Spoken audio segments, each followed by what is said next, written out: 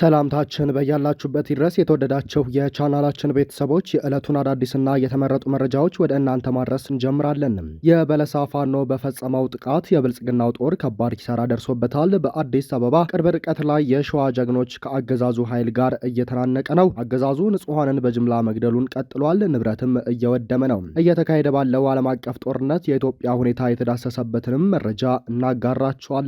ውድ አድማጮቻችን አብራችሁን ስትቆዩ እነዚህን መረጃዎች በዝርዝር የምናሰማችሁ ይሆናል።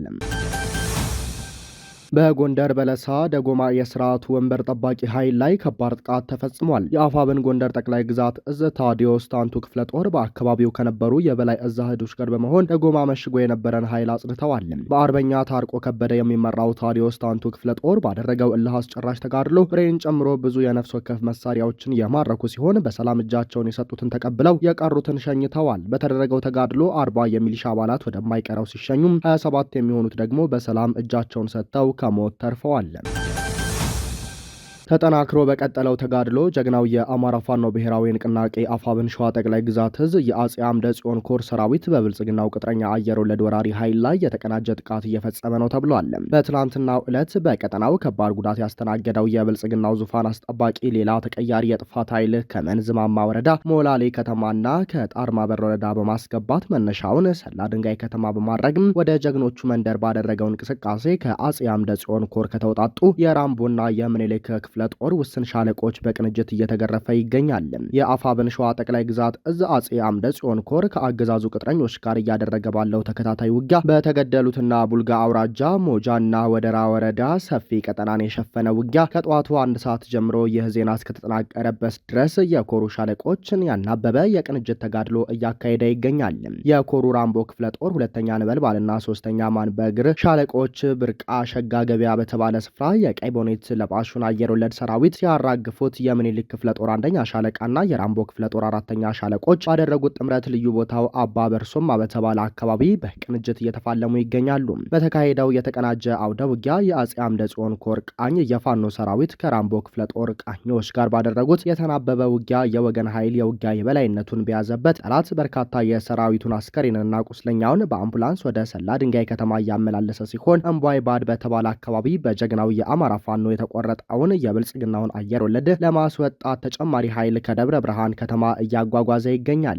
ይህ በእንዲህ እንዳለ ሙሉ ነጻነታቸውን ያወጁ 3 የመከላከያ ሰራዊት አባላት ፊቼ ከተማ ከሚገኘው የብልጽግናው የመከላከያ መሐንዲስ ክፍለ ጦር በመክዳት የአፋብን ሸዋ ጠቅላይ ግዛት እዝ አጼ አምደ ጽዮን ኮር የራስ አበበ አረጋይ ክፍለ ጦርን ከነሙሉ ትጥቃቸው ተቀላቅለዋል።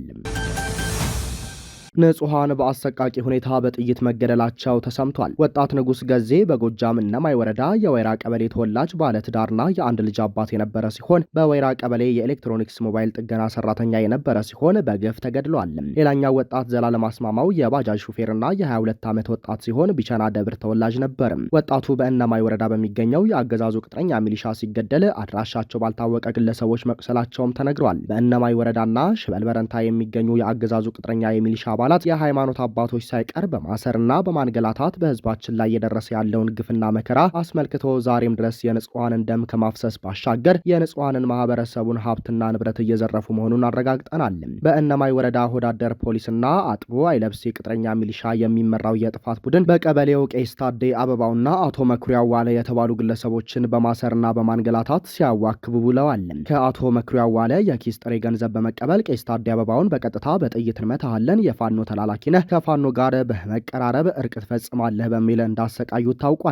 በሐሰት ፕሮፓጋንዳ ህዝቡን እያወናባበደ የሚገኘው የአገዛዙ ዘራፊ ኃይል በሸበል በረንታ ወረዳ የእዱሃ ከተማ ነዋሪ የሆኑ ንጹሐንን ሀብት ንብረት መዝረፉም ተረጋግጧል። ከተዘረፉት ንጹሐን መካከል አብዬ እጅጉ የእዱሃ ከተማ ነዋሪ ሲሆን በመኖሪያ ቤቱ የሚገኝ ሙሉ የቤት ዕቃ፣ ብፌ፣ ሶፋ፣ 3 አልጋ፣ ሳጥንና ሙሉ የቤት ዕቃ በአገዛዙ ተጭኖ መወሰዱ ተነግሯል።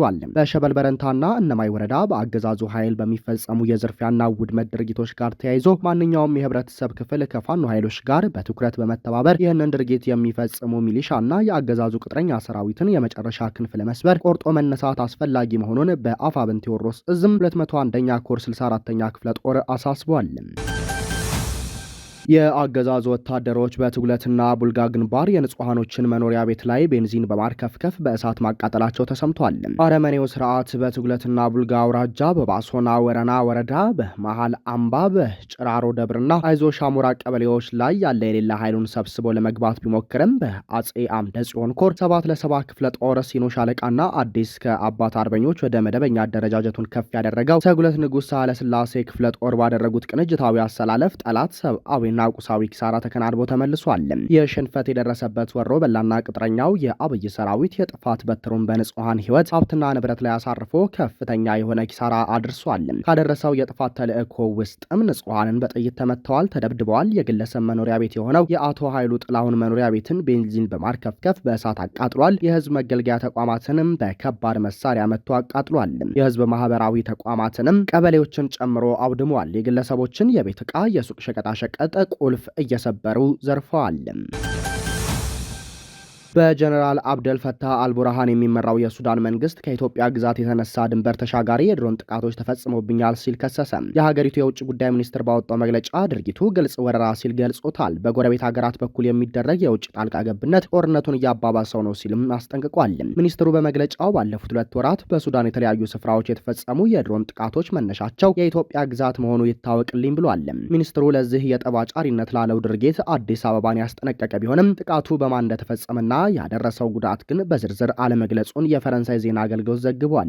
3 ዓመት ሊሞላው በተቃረበው የሱዳን የእርስ በርስ ጦርነት ውስጥ ኢትዮጵያ እጇን አስገብታለች ተብላ በይፋ ስትወቀስ ይህ የመጀመሪያው ነው። በሌላ በኩል ግጭቱ በውጭ ኃይሎች ድጋፍ እየተቀጣጠለ መሆኑ በዓለም አቀፍ መድረክ ስጋት ፈጥሯል። የብሪታንያ የውጭ ጉዳይ ሚኒስትር ኤቬት ኩፐር በቅርቡ በተካሄደ የተባበሩት መንግስታት ድርጅት ስብሰባ ላይ እንዳሉት በሱዳን ተፋላሚ ወገኖች ዘንድ ድል እንቀናጃለን በሚል የተሳሳተ እምነት በመኖሩና ከውጭ ሀገራት ዘመናዊ መሳሪያዎች እየቀረቡላቸው በመሆኑም የተኩስ አቁም ላይ መድረስ አልተቻለም። የግብጽ አምባሳደር ኢሃብ አህዋድ በበኩላቸው ስሟ ያልተጠቀሰ የሱዳን ጎረቤት ሀገር ታጣቂዎችን የምታሰለጥንበትና የምታስታጥቀበት ካምፕ መኖሩን የሚያሳዩ መረጃዎች አሉ ብለዋል። በተያያዘም የዓለም አቀፉ የቀውስ ጥናት ቡድን ባወጣው መረጃ የሱዳን ባለስልጣናት የተባበሩት አረብ ኤሚሬቶችም በኢትዮጵያ በኩል ለፈጥኖ ደራሽ ኃይሉ ቡድን ወይም አርኤስኤፍ መሳሪያዎችን እያቀረበች ነው ብለው መክሰሳቸውን ጠቁመዋል። እንደዚያም ሆኖ ግን ጀነራል አብደል ፈታህ አልቡርሃን የሚመሩት የብሔራዊ ጦሩ በጎረቤት ሀገራት ላይ ጣቷን የምትቀስረውን ግብጽን ጨምሮ ከሳውዲ አረቢያና የቱርክ ድጋፍ እንደሚያገኙ ዘገባው አመልክቷል። የተባበሩት መንግስታት ድርጅት የሰብአዊ መብቶች ከፍተኛ ኮሚሽነር ቮልከር ተርክ ጦርነቱን አስከፊና ትርጉም ያለች ሲሉ ገልጸውታል። በጎርጎሮሳውያኑ 2025 ብቻ በእርስ በርስ ግጭቱ የሚሞቱት ንጹሃን ቁጥር ከእጥፍ በላይ መጨመሩንም አስጠንቅቀዋል። ግጭቱ ወደ ጎረቤት ሀገራት ሊዛመት ይችላል በሚል ስጋትም ቻድ ከሱዳን ጋር ያለውን ድንበር መዝጋቷ ታውቋል። ኢትዮጵያ ለቀረበባት ይፋዊ ክስ መልስ ስለመስጠቷ ዘገባው ያለው ነገር የለም። ከሀገር ውስጥ የመገናኛ ብዙሃንም ሆነ የውጭ ጉዳይ ሚኒስቴር ይህ ዘገባ እስከተጠናቀረበት ሰዓት ድረስ የተሰጠ ምላሽ የለም። የድህረ ቀዝቃዛው ጦርነት የግጭት ምንጭ የርዕዮተ ዓለም ወይንስ የሌላ የሚለው ጉዳይ ዓለም አቀፍ ትኩረት ሆኗል። ከዚህ አንጻር የኢትዮጵያ የውጭ ግንኙነት ፖሊሲ መሰረትም አብሮ ይነሳል። ጸሐፊ ጊዮን ፈንታውን ይህንን አስመልክቶ እይታውን አስቀምጧል። የቀዝቃዛው ጦርነት በአሜሪካና አጋሮቿ እንዲሁም በሶቪየት ህብረትና አጋሮቿ በሁለቱ ዋልታዎች መካከል በጂኦፖለቲክስ ርዕዮተ ዓለም፣ ኢኮኖሚና ወዘተ ጭብጦችን ተንተርሶ ለግማሽ ክፍለ ዘመን በጣት የሚቆጠሩ ዓመታት እስኪቀር ድረስ የተደረገ የሁለት ወገን ፍጭት ነበር። በዚህ ወቅት በሁለቱም ወገን ሀያላን መካከል ቀጥተኛ ጦርነት አልተካሄደም። ይልቁንም በውክልና ጦርነት፣ በኒውክለር የጦር መሳሪያ እሽቅድድም፣ በፕሮፓጋንዳ፣ በስለላና በስፔስ ሳይንስ የሚደረግ ፉክክር የዘመኑ መለያ ነበር። በፈረንጆች አቆጣጠር 1991 ዓ.ም የዓለም ፖለቲካ ስርዓት መታጠፊያ ወቅት እንደሆነ ይነገራል። የአንደኛው ወገን ሀያል ሀገር የነበረችው ሶቪየት ህብረት መበታተን የምስራቁ ዓለም ኮሙኒስታዊ አስተሳሰብ በምዕራቡ ዓለም ሊበራላዊ አስተሳሰብ መሸነፉን ያረጋግጣል ይባልለታል። ከቀዝቃዛው ጦርነት ማብቃትና ከታላቋ ሶቪየት ህብረት መፈረካከስ ማግስት ቀጣዩ የዓለም ስርዓት ምን ሊመስል ይችላል የሚለውን ለመተንበይ ግን እስከዛሬ ድረስ የተለያዩ ሙግቶች ይነሳሉ።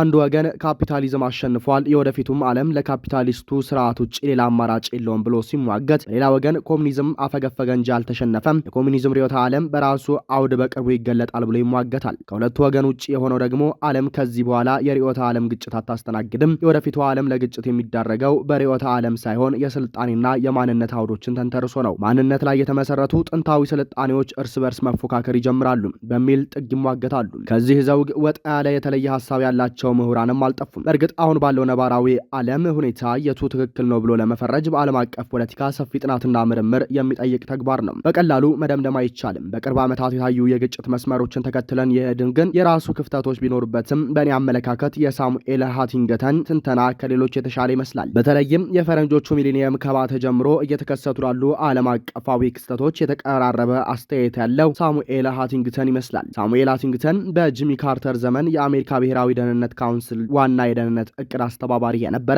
የሃርቫርድ ዩኒቨርሲቲ ፖለቲካል ሳይንስ እና የተወዳጁ ፎሬን ፖሊሲ መጽሔትም መስራች ነው። ሳሙኤል ሃቲንግተን ቀዝቃዛው ጦርነት ካበቃ በኋላ የዓለም የፖለቲካ ኦርደር ምን ሊሆን እንደሚችል የሚተነትን መጽሐፍ ጽፏል። ዘ ክላሽ ኦፍ ሲቪላይዜሽን ኤንድ ዘ ሪማርኪንግ ኦፍ ወርልድ ኦርደር በሚል ርዕስ የጻፈው መጽሐፍ ከቀዝቃዛው ጦርነት በኋላ ዓለም ላይ የግጭት ምንጭ የሚሆነው ርዕዮተ ዓለም ሳይሆን ከባህል ከስልጣኔና ከማንነት ጋር የተዛመደ ይሆናል ብሎ ያምናል። ሳሙኤል ሃቲንግተን ዓለም ላይ ያሉ ስልጣኔዎች በ8 አምድ ያስቀምጣቸዋል። ዌስተርን፣ ኢስላሚክ፣ ኦርቶዶክስ፣ ሲንክ፣ ሂንዱ፣ ጃፓኒስ፣ ላቲን አሜሪካና አፍሪካ እንደሆነ ሃቲንግተን ሀቲት እነዚህን ስልጣኔዎች የሚበይኑት የእምነት፣ የታሪክ፣ የቋንቋና የወል ማንነት አንጓዎችን በመንተራስ ነው። ሃቲንግተን እንደሚሞግተው የሰው ልጅ ፍጹም ታማኝነት ያለው ለባህላዊ ስብስብ እንጂ ለፖለቲካ ርዕዮተ ዓለም አይደለም ይለናል። በሃቲንግተን አተያይ ዘመናዊነት ማለት ምዕራባዊነት ማለት አይደለም ይለናል። አንድ ማህበረሰብ ሲዘምን ወደ ስር መሰረቱ መመልከት ይጀምራል እንጂ የምዕራባዊ እሴቶችን አንጠልጥሎ አይኖርም። የሃቲንግተን መጽሐፍ አንዱ አበርክቶ አተያየታችን ዘላቂ መሆን እንዳለበት ያደርገናል። ጊዜያዊ የፖለቲካ ለውጦች ከሚያመጡት ተጽዕኖ ይልቅ ጠለቅ ብለን አሰባሳቢ ማንነት ተኮር ሰበዞች ላይ ትኳሬ እንዲኖረን አንባቢያን ይገፋፋል። በፈረንጆች ሚሊኒየም መባቻ አካባቢ አሜሪካ ላይ ከተከሰተው የመስከረም 11 የሽብር ጥቃት በኋላ ምዕራባውያን የእስላማዊ ስልጣኔ ምልክት የሚደረጉ ሀገራት ላይ በሽብር ሰበብ በሰፊው ዘምተውባቸዋል። ኢራቅ፣ አፍጋኒስታን፣ ሊቢያ፣ ሶሪያ፣ የመን፣ ሊባኖስ፣ አሁን ደግሞ ኢራን ተረኛዋ ሆናለች። እንደ ሳውዲ፣ ዩኤኢ እና ኳታር አይነቶች በከፊል ሊብራል ለመሆን የሚሞክሩ እስላማዊ ሀገራትም በምዕራቡ በአይነ ቁራኛ የሚታዩ ሀገራት ናቸው። በሌላ በኩል ሃቲንግተን የኦርቶዶክስ ስልጣኔ ዋና ምልክት የሚያደርጋት ራሻ ቀዝቃዛው ጦርነት ማግስት ረፍት የሌለው ማዕቀብ ሲጣልባት ኖሯል።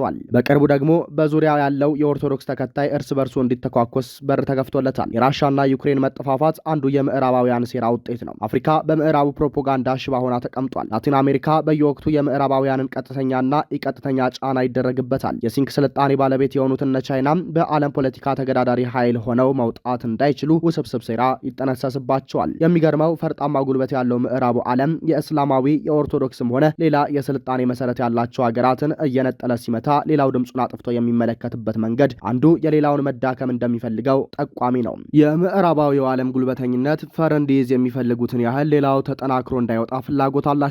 ራሻ የምዕራቡ ዓለምን ተገዳዳሪነት ትፈልጓለች። የቻይና ተጠናክሮ መውጣት ግን እንደ ስጋት ትቆጥረዋለች። ኢስላሚክ ስቴቶች ሲዳከሙ ራሻና ቻይና በዝምታ ድጋፋቸውን ይሰጣሉ። ሃቲንግተን እንደሚለው ነባር ስልጣኔዎች በፓወር ፖለቲክስ እርስ በርስ ራሳቸውን እንደ ተቀናቃኝ ኃይል ስለሚቆጥሩ የፖለቲካ አስተላለፉ የቀደመ ስልጣኔን መሰረት ያደረገ ይሆናል ብሎ ይደመድማል። የወቅቱ ጉልበተኛ ኃይል የሆነው የምዕራቡ ዓለም ኢስላሚክ ስቴቶችን የኦርቶዶክስን ዓለምና ሌሎች ኃይሎችን እያስገበረ ያለበት መንገድ ርዕዮተ ዓለማዊ ብቻ አይደለም። በእርግጥ የሃቲንግተን ትንተና ክፍተቶች እንዳሉበት የሚሞግቱ ምሁራን አልጠፉም። እንደ ሞጋቹ ሀሳብ ከሆነ ሃቲንግተን ውስብስብ የሆነውን የማህበረሰብ ስሪት የሚያቃልል ብሎም ስልጣኔን እንደማይነቃነቅና የማይለወጥ አድርጎ ማሰቡ አንዱ ስህተቱ እንደሆነ ይናገራሉ። ዓለም ሃቲንግተን ለትንተና ከተጠቀመው የስልጣኔ ክፍልፋይ ውጪ እርስ በርስ የተሳሰረ ነው። ሉዓላዊነት፣ ስደትና የዲጂታል ኔትወርክ የባህልና የማንነት ድንበሮችን ጥሰን እንድናልፍ አድርገውናል ይላሉ። በሌላ በኩል ስልጣኔዎች በውስጣቸው የሚነሳባቸው ክፍፍል ሃቲንግተንን የዓለም ፖለቲካን ለመተንተን ከተጠቀመበት የስልጣኔዎች ግጭት የበለጠ ለፖለቲካ ወሳኝ ጭብጥ መሆኑን ያነሳሉ። በእስላማዊ ስልጣኔ መካከል የሚፈጠር ግጭት በእስላማዊና በምዕራባዊ ስልጣኔ መካከል ከሚፈጠር ግጭት ፖለቲካን ለመበየን ቀዳሚ ይሆናሉ ይላሉ። ለምሳሌ በሻአ ሙስሊም መሪዋ ኢራንና በሱኒ ሙስሊም መሪዋ ሳውዲ መካከል ለበላይነት የሚደረገው ግጭት በሙስሊሙና በምዕራቡ ዓለም መካከል ካለው ግጭት የበለጠ ከባድ መሆኑን በማንሳት ይጠቁማሉ። በራሻና በዩክሬን መካከል የሚደረገው የኦርቶዶክስ ግጭትም በኦርቶዶክስና በምዕራቡ ዓለም መካከል ከሚደረግ ግጭት የከረረ እንደሆነ ይሞግታሉ። ሃቲንግተን የሚተችበት ሌላኛው ነገር ሀቲቱ በምዕራቡ ምሉ በኩል ይሄ ነው ተብሎ ከታሰበ የራሱ አደጋ አለው ይላሉ። ለምሳሌ መሪዎች ግጭት የሚመነጨው የስልጣኔ መስመሮችን ተከትሎ እንደሆነ ከደመደሙ የሚከተሉት ፖሊሲ የሚራቀቅ እንጂ ድልድይ የሚገነባ አይሆንም ይላሉ። በምሁራን ደረጃ በርናንድ ሉዊስ ኢስላም ኤንድ ዘ ዌስት በሚለው ስራው በእስላማዊና ምዕራባዊ ዓለም መካከል ያለው ግንኙነት ከቋሚ የሲቪላይዜሽን ልዩነት ይልቅ በታሪካዊ የትብብርና የአለመተባበር መስመሮች ላይ የተንተራሰ መሆኑን ይሞግታል። በሌላ በኩል ፍሬድ ሃሊዴይ ዘ ሜዝ ኦፍ ዘ ክላሽ ኦፍ ሲቪላይዜሽን በሚለው ስራ ሃቲንግተን ባህል ከኢኮኖሚ ፖለቲካና ውስጣዊ ልዩነት በላይ ዋና ኤሌመንት አድርጎ መውሰዱን ይሞግታል። ፍሬድ እንደሚለው ከስልጣኔ ከስልጣኔ መር ማንነት ይልቅ የበላይነት የሚደረግ ፍትጊያና የሀገራት ፍላጎት ግጭትን ሊበይኑ የሚችሉ ጭብጦች ናቸው ይለናል። በኢኮኖሚክስ የኖቤል ተሸላሚው የአማርቲያ ሴን የሰው ልጅ ማንነት ልክ እንደ ሽንኩርት ልጣጭ ተገልጦ የማያልቅ ሆኖ ሳለ ሃንቲንግተን የሰው ልጅ ዋነኛ ገዢ ማንነት ከስልጣኔ ጋር ብቻ ማቆራኘቱ ስህተት እንደሆነ ከመሞገት አልፎ ሃይማኖት፣ ብሔራዊ ማንነት፣ ሙያ፣ ቋንቋና ወዘተ ያሉ የማንነት መበየኛ ሰበዞችን መዘንጋት ምሁራዊ ቅጥፈት እንደሆነ ይሞግታል። በዘመነ ኢህአዴግ የኢቲቪ የህትመት ዳሰሳ ጋዜጠኞች ደጋግመው የሚጠቅሱት ፍሬድ ዘካሪያ ደ ፖስት ኦፍ አሜሪካን ወርልድ በሚለው መጽሐፉ ዓለም በስልጣኔ መስመሮች በሚከሰት ግጭት የሚበየን ፖለቲካ አታራምድም፣ ይልቁንም በኢኮኖሚ ሀቅምና በሉዓላዊነት ተጽዕኖ ብዙ ተገዳዳሪ ክሱት ይሆናል ይለናል። ከላይ የተደረደርንበት ሀተታ ግምት ውስጥ አስገብተን ከተመለከትን የዓለም ፖለቲካዊ ስርዓት የሚበይን ወጥ ሀቲት አለመኖሩን እንገነዘባለን። ይልቁንም የተለያዩ ሀቲቶች መኖራቸውን እናረጋግጣለን። አንድ ሀገር የዓለምን ፖለቲካዊ ስርዓት ገምግማ የትኛው የውጭ ግንኙነት ፖሊሲ ልከተል ብሎ መወሰኑ በራሱ ሌላ ፈተና እንደሆነ እንረዳለን። በእኔ እምነት የተለያዩ አተያየቶች የራሳቸውን እውነት ቢኖራቸውም የሃንቲንግተን ትንተና በአመዛኙ አሁን ያለው የዓለም ፖለቲካዊ ስርዓት ለመረዳት የሚያግዝ ይመስለኛል። የምዕራቡ ዓለም ስልጣኔ ሌሎችን ለማስገበር እየሄደ ያለበት መንገድ ከርዕዮተ ዓለም የዘለለ መሆኑ ይታወቃል። የዓለም የፖለቲካ ስርዓት የግጭት መስመሮች የሀገራትን የውጭ ግንኙነት ፖሊሲዎች ለመቅረጽ ወሳኝ ናቸው። ከዚህ አንጻር የኢትዮጵያ የውጭ ግንኙነት ፖሊሲ ምን ሊሆን ይችላል? መደመር የሚለው የጠቅላይ ሚኒስትር አብይ አህመድ መጽሐፍ በገጽ 246 ላይ የወቅቱ ዓለም አቀፍ ግንኙነት ነባራዊ ሁኔታዎች፣ የኃይል አሰላለፎችና የተዋረድም ለውጥ በከፍተኛ ደረጃ ከተገለጠባቸው ክፍለ ዓለሞች መካከል ኢትዮጵያ የምትገኝበት የአፍሪካ ቀንድና የቀይ ባህር ቀጠና በቀዳሚነት ይሰለፋል። በመሆኑም በሀገራችን ተጠያቂ ወካይና ውጤታማ የሆነ የፖለቲካና የኢኮኖሚ ስርዓት ለመገንባት ከሚደረገው እንቅስቃሴ እኩል ይህንን ተለዋዋጭ ዓለም አቀፍና ቀጠናዊ ሁኔታ ከግንዛቤ ውስጥ ያስገባ ስልት መንደፍ ያስፈልጋል። ይህም ስልት ወጥ፣ መደበኛና ሁለንተናዊ የሆነ የውጭ ግንኙነት ማዕቀፍ መኖር ይኖርበታል ይለናል። ተለዋዋጭ ለሆነው ዓለም አቀፋዊና ቀጠናዊ የፖለቲካ አሰላለፍ እንዴት ያለ ወጥ፣ መደበኛና ሁለንተናዊ የውጭ ግንኙነት ፖሊሲ መንደፍ ይቻላል? ተለዋዋጭ በሆነ ስርዓት ውስጥ ወጥ ፖሊሲ፣